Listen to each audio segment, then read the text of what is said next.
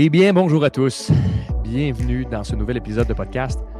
Je dépose un long soupir aujourd'hui parce que j'embarque dans ce podcast-là dans un état d'esprit qui est un peu secoué.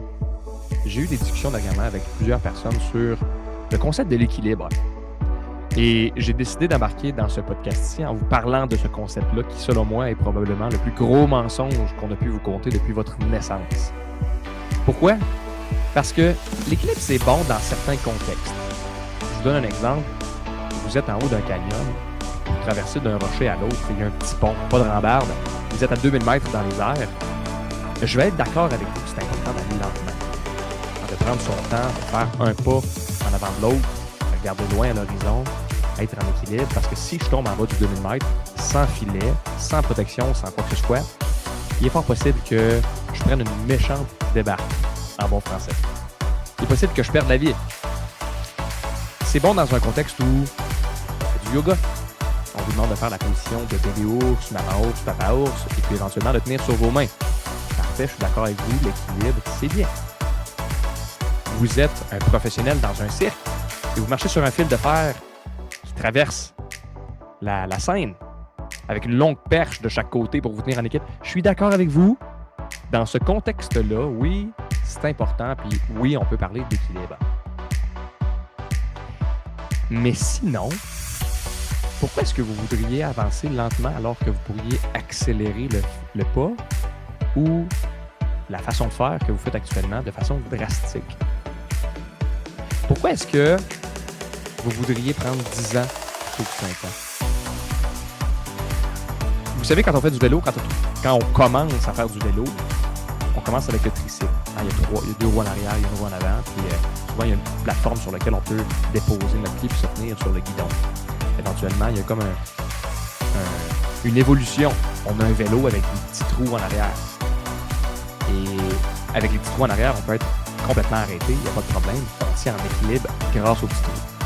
Puis à un certain moment donné, papa ou maman en arrière, ou mon oncle, ma tante, peu importe, nous tient, nous pousse, et on se met à prendre un peu de vitesse.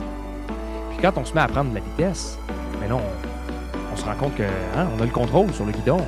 On se rend compte que nos petits trous ne touchent plus en arrière. On prend confiance en soi. On a une direction, on a confiance en nos capacités, en nos attitudes, et puis finalement, on devient de plus en plus calibré. Et aujourd'hui, c'est ce que je veux faire comme distinction. Je vais apporter la distinction entre l'équilibre et la calibration.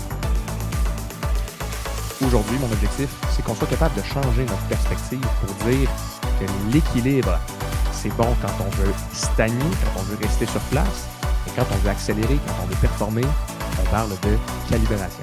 Alors, restez avec moi et on parle de ce sujet-là. Comme je l'ai mentionné, l'équilibre, c'est bon quand on est dans un état qui est statique, quand on veut rester sur place.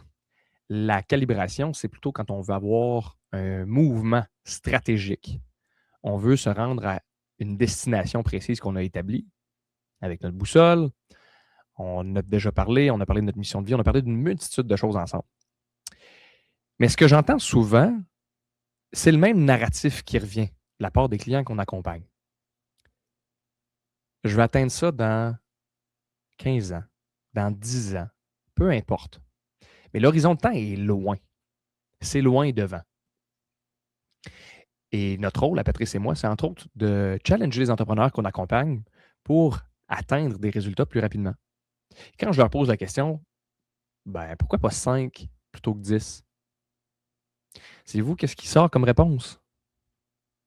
Un silence. C'est une bonne question. Parce que si on décide de ne pas se donner le 10 ans comme on le voulait, mais vraiment de le faire en 5 ans, ça veut dire qu'il va falloir qu'on soit dérangé. Il va falloir qu'on soit déstabilisé, qu'on sorte de notre zone de confort. Il va falloir qu'on fasse face à nos peurs. Il va peut-être falloir sortir du cadre dans lequel on est habitué de jouer. Hein, le carré de sable, le fameux carré de sable dans lequel on joue depuis des années, avec ce même narratif-là. La croissance, c'est jamais quelque chose qui est confortable. Et l'équilibre, quand on ne bouge pas, on est bien. On reste dans nos pantoufles. On reste avec les démons qu'on connaît. Mais la calibration, c'est ça qui nous amène à atteindre les objectifs beaucoup plus rapidement que ce qu'on désire. C'est ça qui fait en sorte qu'on n'est pas obligé de rester dans cette situation-là pendant encore les prochains 10 ans. Ah, je suis tanné de mon emploi, je suis tanné de la relation amoureuse dans laquelle je suis. Il y a plein de choses que je veux changer, mais je me donne encore du temps. Et là, des fois, on est dans ces espèces de cercles vicieux-là. On n'apporte pas de changement. Je vous conte une histoire. En fait, je vous relate une discussion que j'ai eue avec une cliente qui s'est inscrite dans notre programme, le LM 48 heures. Donc, le LM 48H, qui est notre programme fort pour tous les entrepreneurs qui aimeraient avoir plus de clarté. Et non seulement plus de clarté, mais avoir un plan de match concret parce qu'ils ont de l'ambition, mais parce qu'ils se sentent un petit peu essoufflés, parce qu'ils sentent qu'ils ont beaucoup de chapeaux, puis ils ne savent pas nécessairement où prioriser, en fait, quoi prioriser, puis où mettre leur énergie. Fait qu'elle s'est inscrite dans le programme et dans le programme, il y a plusieurs choses qui sont incluses, dont notamment une heure de consultation. J'avais donc ma rencontre avec elle. Et à travers les discussions qu'on a eues, on est arrivé sur le sujet de mon propre changement de carrière. Vous le saviez, avant, j'avais une entreprise de construction. J'avais des employés, je gérais des chantiers, mais je n'étais pas heureux. Ou en fait, pas que je n'étais pas heureux, je n'étais pas en paix avec les décisions que je prenais au quotidien. Ça ne me remplissait pas. J'avais, oui, de l'argent, mais l'argent, ben, on le sait, c'est quelque chose qui est éphémère. Ça vient, ça part. C'est pas ça qui nous nourrit, c'est pas ça qui nous remplit. Puis elle n'arrivait pas à concevoir qu'en 2 ans, j'ai pu renvoyer l'entièreté de mes employés, vendre tout le matériel que j'avais, rembourser les dettes qui étaient quand même assez colossales en un aussi court laps de temps, que je change complètement mon train de vie et que je sois capable de voyager aujourd'hui partout à travers le monde en travaillant de mon laptop. Et elle me partageait que de son côté, c'est quelque chose qu'elle aimerait pouvoir faire. Mais faire ça en 2 ans, c'est rapide. La grosse différence entre moi et quelqu'un d'autre qui va le faire en 5 ans ou 6 ans, tout ça, c'est pas l'intelligence. C'est pas les ressources non plus qui sont à notre disposition. C'est pas la chance. C'est la responsabilité face au changement. Ce qu'on appelle aussi le extreme ownership. Qu'est-ce que vous allez faire pour vous sortir de la situation dans laquelle vous êtes? Est-ce que vous allez, encore une fois, rejeter ça sur la faute des autres personnes?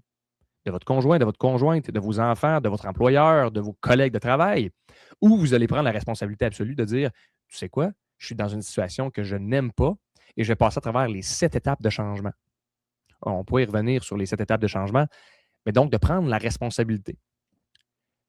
Dernièrement, il y a 2 mandats que j'avais en coaching d'entrepreneurs qui ont eu un résultat complètement différent. Premier client que j'accompagne, et soit dit en passant, je fais une parenthèse, les 2 clients ont sensiblement la même situation familiale, même nombre d'enfants. Les 2 sont en couple avec la même personne depuis quelques années déjà. Les 2 ont une entreprise qui est dans la même industrie, qui est 2 portraits très, très, très similaires. Il y en a un, le premier, appelons-le client 1, a un résultat suivant. Il voyage maintenant plusieurs fois par année. Il y a des employés clés qui sont mis en place dans son entreprise pour lui permettre de gérer la business pendant que lui, il n'est pas là. Pourquoi? Parce qu'il a décidé de dédier du temps à sa femme, à ses enfants, à ses relations. Mais il y a des employés clés qui ont été mis en place. Il y a une nouvelle adjointe administrative qui lui permet de racheter son temps. Donc, elle répond au téléphone, elle répond au courriel, elle fait la planification d'une multitude de choses. Il y a des partenaires stratégiques qui se sont joints dans l'entreprise et aujourd'hui, il a une vision extrêmement claire de l'endroit qu'il veut atteindre et surtout dans le laps de temps qu'il s'est donné. Client 1. Client 2, les résultats n'étaient pas tout à fait à la même, disons, à la même hauteur de ses attentes. Résultat, même place, même frustration et surtout, même discours. La différence entre les 2, il y en a un qui a accepté la calibration et l'autre retourne dans ses pantoufles. À la fin de l'accompagnement que j'ai eu avec ce client-là, et de toute façon, je nomme jamais aucun client, mais à la fin de l'accompagnement que j'ai eu avec ce client-là, on a parlé de son énoncé de valeur. Vous retournerez voir l'épisode 78, si je ne me trompe pas. Je parle de l'énoncé de valeur. Puis il me disait à quel point il trouvait ça difficile, puis qu'il n'était pas capable de le mettre en place, son énoncé de valeur, qu'il n'était pas capable de l'atteindre. Puis je lui ai dit, écoute, je me permets de te faire un commentaire. Vous savez, je ne suis pas psychologue, je ne fais pas partie d'un ordre professionnel.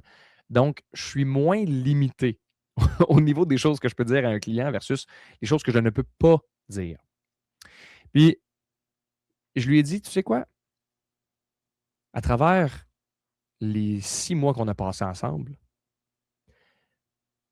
on a ensemble établi plusieurs plans d'action possibles, plusieurs choses concrètes que tu pouvais mettre en place. Et à chaque fois, la première chose qui revenait, c'était quoi?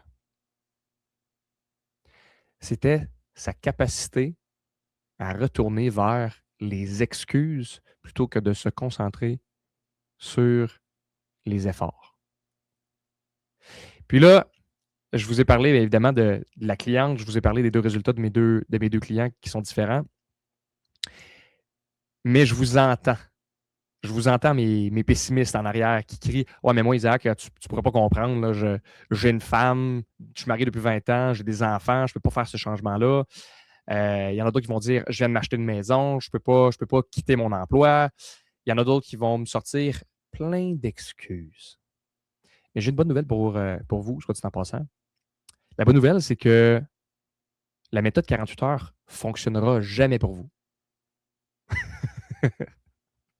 Ça ne fonctionnera jamais pour vous parce que vous êtes encore avec le même narratif qui vous ramène sur trouver des excuses plutôt que de trouver des solutions. Vous êtes encore avec cette pensée-là de dire: «Ah ouais, mais je ne peux pas parce que A, B, C.» Au lieu de dire: «Comment je pourrais faire pour mettre D, E, F en place? Qui peut m'aider à atteindre ça plus rapidement?» Si votre réflexe, ça a été ça, de retourner vers: «Ah, mais moi, Isaac, je ne peux pas», ben, c'est à vous que je m'adresse sur ce concept-là de changer de l'équilibre pour aller vers la calibration. Je vous l'ai dit, les deux sont toujours à la même place, mais il y en a un qui, face à l'inconnu, a décidé d'embrasser le changement, de se recalibrer, puis l'autre est retourné dans ses pantoufles, même si ses pantoufles lui font mal. Même s'il sait consciemment, puis inconsciemment, que la situation dans laquelle il est ne pourra jamais lui permettre de faire autre chose ou d'atteindre autre chose que ce qu'il a atteint présentement. Je vous parle, entre autres, de Steve Jobs. Puis je vous partage quelques compagnies qui n'ont pas misé sur l'équilibre, avancer à tout petits pas, tranquillement, mais qui ont plutôt décidé d'aller vers la calibration, puis de dire on avance, on corrige, on ajuste, puis on continue. La première personne dont je vous parle, c'est Steve Jobs de Apple. Est-ce que vous pensez que Steve Jobs recherchait l'équilibre? Je ne croirais pas. Le premier iPhone est sorti en 2007. Puis, depuis, il y a 30 versions, pas 5, pas 10, 30 versions depuis 2007, donc en 19 ans. 19 ans? Oui, parce qu'on est en 2026. Donc, depuis 19 ans, il y a 30 versions qui sont sorties. Des centaines d'itérations, des modifications mineures ou majeures qui ont été faites par rapport à ça. Puis finalement, on retire quoi de ça? Une capitalisation de près de 3 000 milliards de dollars. Croyez-vous que s'il avait attendu d'être prêt à 100 il serait rendu là? Mais non! Mais l'équilibre, c'est ça. C'est de dire, oups, attends un petit peu, je vais ajouter une petite affaire, une petite affaire, une petite affaire. Ah, c'est pas tout à fait parfait. Ah, je me ressens. Non. Il avance, on lance, on ajuste, on corrige, on recalibre et on continue. La deuxième personne qu'on connaît très, très bien pour être capable de laisser de côté tout ce qu'on appelle le bruit, parce que vous le savez, quand on veut avancer puis quand on veut être calibré, on va axer notre énergie sur ce qu'on appelle le signal versus le bruit. Et la deuxième personne qu'on connaît tous, qui est extrêmement bonne pour se concentrer sur le signal, c'est SpaceX. Elon Musk de SpaceX. SpaceX, Tesla, plusieurs autres produits également qui ont fait. À trois reprises consécutives, les fusées ont explosé en plein vol. Est-ce que vous pensez qu'on parlait d'équilibre quand on parlait de lancer des fusées dans l'espace? Non, on parle de calibration. Aujourd'hui, SpaceX se retrouve où? Leader mondial du lancement spatial privé. On parle d'une valorisation qui est estimée à 180 milliards de dollars. Est-ce qu'on atteint ça avec l'équilibre? Non, on atteint ça avec la calibration. On a une direction, on sait où on s'en va, on met les choses en place, on établit un bon plan d'action et on y va. Je vous parle de deux autres compagnies qui vont vous permettre de comprendre qu'est-ce qu'on entend par faire des ajustements, puis changer le cours de l'action pour se permettre d'atteindre vraiment ce qu'on désire. La première entreprise dont je vous parle, c'est Lamborghini. Lamborghini, aujourd'hui, c'est un fabricant de voitures de luxe. Il y a des personnes qui aiment ces voitures-là, il y a d'autres personnes qui n'aiment pas ces voitures-là, mais à la base, Lamborghini est un fabricant de tracteurs. Qu'est-ce qu'ils ont fait? Ils ont fait un pivot. Ils ont changé leur façon de faire pour calibrer la performance et aller aujourd'hui avec des voitures qui sont ultra performantes. On parle de 2,6 milliards de revenus en 2023. C'est pas rien.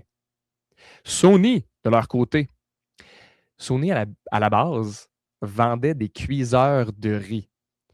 Vous savez, les appareils Sony ou encore les téléviseurs ou les autres appareils électroniques de haute qualité qu'on reconnaît de la marque Sony proviennent de quelqu'un qui un jour a eu une idée qui était on préfère un cuiseur de riz, puis finalement, on essaye, on se rend compte que ce n'est pas ce qui fonctionne le plus ou la demande change, on recalibre, on s'en va dans une autre direction et on continue.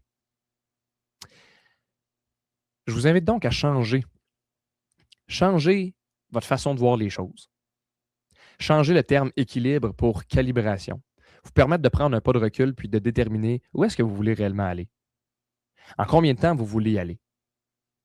Évidemment, on ne peut pas se faire un changement aussi drastique que ça sans comprendre nécessairement les étapes à travers lesquelles on doit passer pour passer du mot équilibre au mot calibration. Puis quand je dis passer d'un mot à l'autre, ce n'est pas seulement un changement dans notre vocabulaire, c'est un changement au niveau de notre état d'esprit. C'est quoi devenir calibré? C'est avoir un plan d'action qui est clair. C'est ensuite passer à l'action, mais c'est surtout ajuster en cours de route. Comment on se calibre maintenant?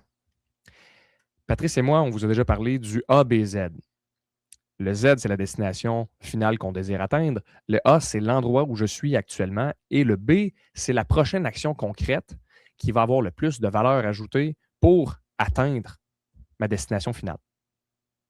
Le A, c'est le bilan. Donc, dans la méthode 48 heures, vous le savez, la méthode 48 heures, elle est divisée en deux sections. C'est un gros sablier. La section du bas, c'est notre système de défense. Et notre système de défense se scinde en deux parties. La première, c'est le simplifier. Et la deuxième, c'est le prioriser. Quand on parle de faire le bilan sur nos 6 sphères de vie, on parle de se retrouver dans le simplifié. Faire le bilan, ça veut dire que je vais regarder où je me situe dans ma sphère de vie au niveau de mon style de vie. Est-ce qu'actuellement, je me permets de voyager comme je le désire? Est-ce qu'actuellement, je me permets d'avoir les biens de luxe que je désire? Mon style de vie, la façon dont je vis au quotidien. La santé. Est-ce qu'actuellement, j'ai des problèmes de santé? Est-ce que mon poids est en lien avec ce que j'aimerais? Ou peut-être que je fais de l'embonpoint? Est-ce que ma consommation d'alcool, elle est peut-être un peu trop élevée? Est-ce que... 3 petits points. Donc, je fais le bilan sur mon style de vie, ma santé, mes relations avec ma famille, ma conjointe, mes enfants, mes amis. Je fais le bilan sur mes finances. Est-ce qu'actuellement, j'ai des sources de revenus qui me permettent de vivre comme je l'entends? Est-ce que le salaire que j'ai me convient? Je dis salaire, ça peut être dividende, ça peut être plein de sources de revenus diversifiées qui vous permettent d'avoir les moyens financiers en lien avec ce que vous voulez vous permettre de vivre comme expérience. Je vais faire le bilan sur ma carrière. Est-ce qu'actuellement, je suis encore dans le poste que je désire? Je vous avais parlé lors du podcast Les chaussures de mon père, à quel point c'est important de penser avant de faire un move, avant de changer de carrière, avant de devenir entrepreneur, repreneur, solopreneur ou même d'avoir un rôle comme entrepreneur. Est-ce que j'ai les bons souliers? Donc, ma carrière, je fais le bilan là-dessus et finalement, sur mon développement personnel. Alors, première étape, je fais le bilan d'où je suis actuellement. Ensuite de ça, on va passer à travers ce qu'on appelle le top 3. On a plusieurs outils qui sont faits pour accompagner les entrepreneurs. Et là, je dis entrepreneurs, c'est les entrepreneurs, les entrepreneurs, les repreneurs, les solopreneurs. C'est ces personnes-là qu'on accompagne plus particulièrement. Pourquoi? Parce que ce sont eux qui ont de l'ambition, mais qui plus souvent qu'autrement sont stagnés à un certain niveau parce qu'ils ont plein de chapeaux, parce qu'ils ont la difficulté à se recalibrer en fonction de l'énergie qu'ils doivent dépenser pour être à valeur ajoutée et faire quelque chose qu'ils aiment. Donc, on va parler de la priorisation avec le top 3. Top 3 annuel, trimestriel, mensuel. Ensuite de ça, on va utiliser plusieurs outils comme la matrice d'Eisenhower, vous le savez, en fonction de l'urgence et de l'importance. On parlait aussi de la matrice de rendement. Matrice de rendement en fonction de la valeur que je crée, donc la valeur réelle créée dans l'entreprise, en fonction des ressources qui sont investies. Les ressources, ça peut être le temps, ça peut être l'argent, ça peut être l'énergie, ça peut être la concentration. Donc, ma matrice de rendement. Puis finalement, je reviens avec ma matrice de calibration de l'effort. Est-ce qu'actuellement, je fais quelque chose qui me donne de l'énergie, qui me nourrit, ou plutôt qui m'en donne vraiment pas beaucoup, en fonction de la valeur, encore une fois, que j'ajoute dans mon entreprise ou que je crée à l'intérieur de l'entreprise. Puis ensuite de ça, on va intégrer avec le protocole DEA, déléguer, éliminer, automatiser. Et quand on passe à travers ces choses-là, ces étapes-là, c'est là où on devient davantage calibré. Pourquoi? Parce qu'on sait qu'est-ce qu'on fait, on sait qu'est-ce qui va être à valeur ajoutée et quels sont les éléments les plus importants pour me permettre de réussir mes objectifs professionnels, mais également de réussir ma vie personnelle. On vient parler des deux sphères. La calibration, ça prend l'ensemble de votre vie. Ce n'est pas juste le travail, ce n'est pas juste la famille. Ce n'est pas une question d'équilibre et de rester sur place. C'est une question de calibration pour avancer à haute performance. Aujourd'hui, si tu penses que tu es encore dans le concept de l'équilibre, que tu vis des frustrations, que de votre côté, là, vous vous dites hey, je suis tanné d'être dans cette situation-là, j'ai de l'ambition, je veux que ma business elle roule davantage, je veux pouvoir vraiment prendre le contrôle sur mon quotidien, je veux pouvoir vivre la vie comme je l'entends, eh bien, je vous invite à communiquer avec nous à info@commercial48heuresparjour.com. Ça nous fait toujours plaisir de prendre le temps de jaser avec vous puis de voir est-ce qu'il y a moyen qu'on vous accompagne et qu'on vous soutienne dans cette transformation-là. Vous pouvez sinon cliquer sur le lien qui est en bas dans la description puis remplir directement le formulaire. Encore une fois, on a plein de petites formations qui peuvent vous aider tout simplement à reprendre le contrôle sur vos outils numériques également, que ce soit Google Agenda, Agenda Outlook, la boîte courriel, le gestionnaire de tâches. Les outils sont là pour vous. Des petites formations qui vous permettent de reprendre rapidement le contrôle sur votre vie. Sur ce, je vous souhaite une super belle journée, mes amis. Je vous dis à bientôt dans un prochain épisode de podcast. Encore une fois, n'hésitez pas à aimer, partager, commenter. On est toujours heureux de vous lire. Je vous dis à bientôt. On se revoit dans un prochain épisode de podcast. Bye bye.